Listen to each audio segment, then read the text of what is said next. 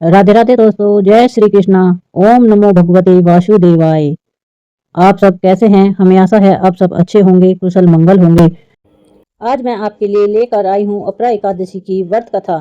एक समय की बात है, युधिष्ठिर महाराज ने भगवान श्री कृष्ण से पूछा कि हे माधव, ज्येष्ठ मास के कृष्ण पक्ष में आने वाली एकादशी का क्या नाम है तथा इसका क्या महत्व है, मुझे विस्तार पूर्वक बताइए। इस पर श्री कृष्ण बोले कि युधिष्ठिर, आपने जन कल्याण के लिए बहुत ही उपयोगी प्रश्न पूछा है। ज्येष्ठ मास के कृष्ण पक्ष में आने वाली एकादशी का नाम अपरा एकादशी है। यह एकादशी प्रेत योनि में गए हुए जीव आत्मा को मुक्ति प्रदान करती है। इसलिए इस एकादशी के दिन अपने पूर्वजों का ध्यान करते हुए व्रत का पालन करना चाहिए। पुरातन समय में एक महीध्वज नाम का एक महान राजा राज्य करता था। वह बहुत ही धार्मिक था। उसके राज्य में उसकी प्रजा बहुत ही शांतिपूर्वक रहती थी। उस राजा का एक छोटा भाई था। उसका नाम वृद्धध्वज था। वह अत्यंत क्रूर और अन्याय करने वाला था।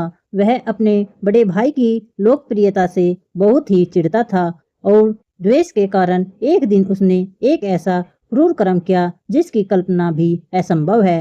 रात्रि के समय में वह महल में गया। उसने अपने भाई महीध्वज की हत्या कर दी और उसके शव को बेरहमी से नगर के बाहर एक पीपल के पेड़ के नीचे गाड़ दिया। इस प्रकार राजा महीध्वज की अकाल मृत्यु होने के कारण राजा को प्रेत योनि प्राप्त हुई और वह उसी पेड़ पर रहने लगे और वहां पर आने जाने वालों को परेशान करने लगे, इधर उधर भटकने लगे। और एक समय ईश्वर की इच्छा से महान ऋषि धौम्य पीपल के पास से गुजर रहे थे। तब उन्हें उस प्रेत के होने का आभास हुआ। अपने तपोबल से उन्होंने उस प्रेत को देखा और यह भी जान लिया कि उसकी यह दुर्दशा कैसे हुई थी। उदार मन वाले ऋषि ने प्रेत की योनि में रहने वाले राजा को पेड़ से नीचे उतारा और उन्हें परलोक विद्या का दान दिया। करुणा से वशीभूत होकर ऋषि ने राजा को प्रेत योनि से मुक्ति प्रदान करने हेतु अपरा एकादशी का अनुष्ठान किया और उन्होंने एकादशी का पुण्य फल राजा को अर्पित कर दिया।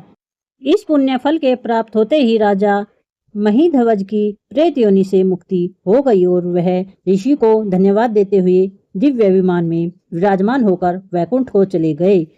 कथा को समाप्त करते हुए भगवान श्री कृष्ण कहते हैं कि हे युधिष्ठिर, जो भी व्यक्ति अपरा एकादशी का श्रद्धा पूर्वक व्रत करता है और निष्ठा पूर्वक पालन करता है, वह असीम पुण्य संचित कर लेता है।